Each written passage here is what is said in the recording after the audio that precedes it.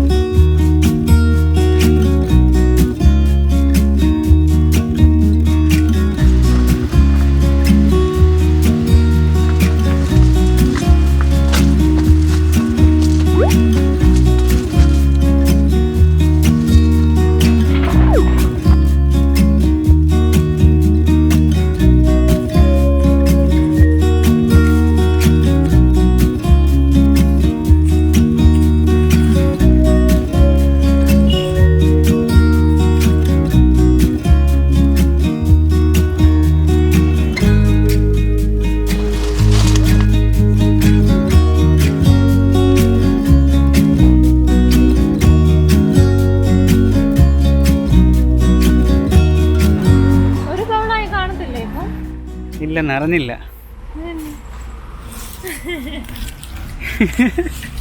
അതിനെക്കാട്ടി സ്പീഡിലാണ് ഇവിടെ ഒരാളത് അടിക്കുന്നത്.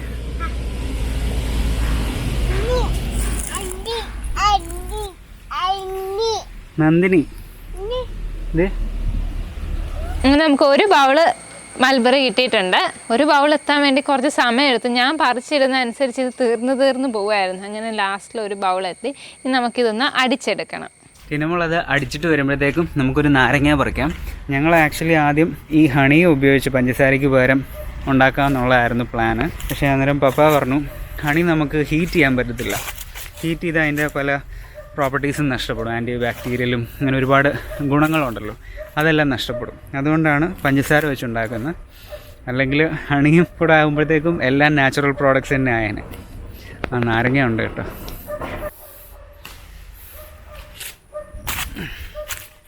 അപ്പോൾ നാരങ്ങ കിട്ടി. അപ്പോൾ ടിനമോൾ അടിച്ചിട്ടുണ്ടാവും. നമുക്കെന്നാ ബാക്കി ചെയ്യാം. ടിനമോ, എന്തായി? മൾബറി അടിച്ചോ?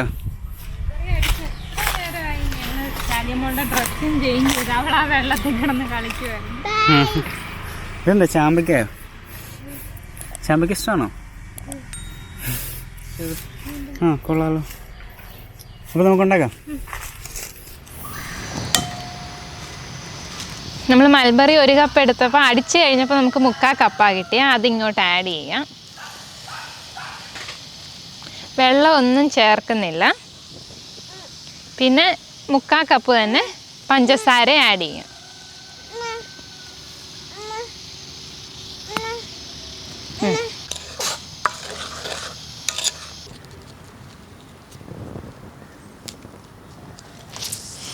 ഇതിപ്പം ഷുഗറൊക്കെ നന്നായിട്ട് മെൽറ്റ് ആയിട്ടുണ്ട്. ഇതിനകത്തോട്ട് നമുക്ക് നാരങ്ങ നീരൊഴിക്കാം.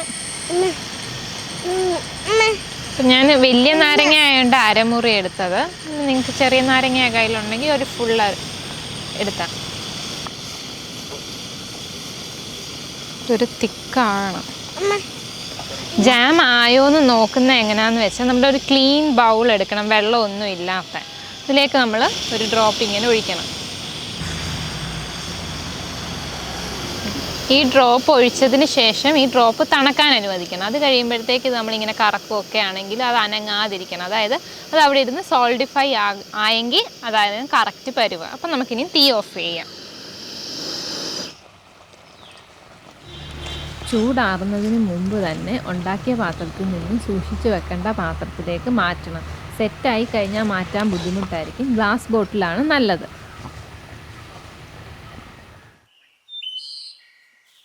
ഇനി നമുക്ക് കുറച്ച് ബ്രെഡ് ടോസ്റ്റ് ചെയ്തെടുക്കാം നമ്മുടെ ജാമിൻ്റെ കൂടെ കഴിക്കാൻ. ഞാനിവിടെ ബ്രൗൺ ബ്രെഡാണ് എടുത്തേക്കുന്നത്, അതാ കുറച്ചും കൂടെ നല്ലത്.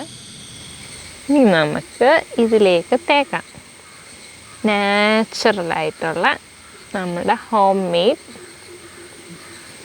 ജാം. കുഞ്ഞുങ്ങൾക്കൊക്കെ സേഫായിട്ട് നമുക്ക് കൊടുക്കാം.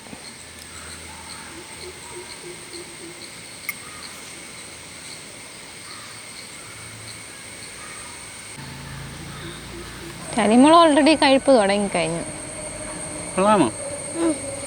ഇത് കൊള്ളാലോ, കിടു ഐറ്റം. നമ്മൾ പുറത്തുനിന്ന് വാങ്ങുന്ന അതേ ടേസ്റ്റ് തന്നെയാണ്. ആക്ച്വലി എനിക്ക് അതിനെക്കാട്ടി ഇഷ്ടപ്പെട്ടു. നമ്മുടെ മുറ്റത്ത് ഇത്രയും നല്ല ഐറ്റം ഉണ്ടാക്കുകയാണെങ്കിൽ പിന്നെ ഇങ്ങനെ വെളിയിൽ നിന്ന് മേടിക്കും. പിള്ളേർക്ക് സേഫായിട്ട് പ്രിസർവേറ്റീവ്സ് ഒന്നും ഇല്ലാത്തതുകൊണ്ട് കൊടുക്കുകയും ചെയ്യാം. ചിലക്കാണെങ്കിൽ നമ്മൾ കടയിൽ നിന്ന് വാങ്ങിക്കുന്ന ജാമാണെങ്കിൽ ഞാൻ കൊടുക്കത്തില്ല.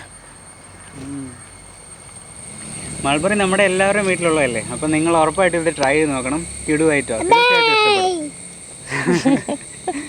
അപ്പോൾ ഈ വീഡിയോ എല്ലാവർക്കും ഇഷ്ടപ്പെട്ടെന്ന് വിചാരിക്കുന്നു. സബ്സ്ക്രൈബ് ചെയ്യാം. അപ്പോൾ വീണ്ടും അടുത്തൊരു വീഡിയോയിൽ കാണാം. ബൈ. അവർക്ക് ബൈ പറയേണ്ട സമയം മനസ്സിലായോ? ശാലിക്ക് മനസ്സിലാ, അങ്ങോട്ട് വരാം. Bye bye.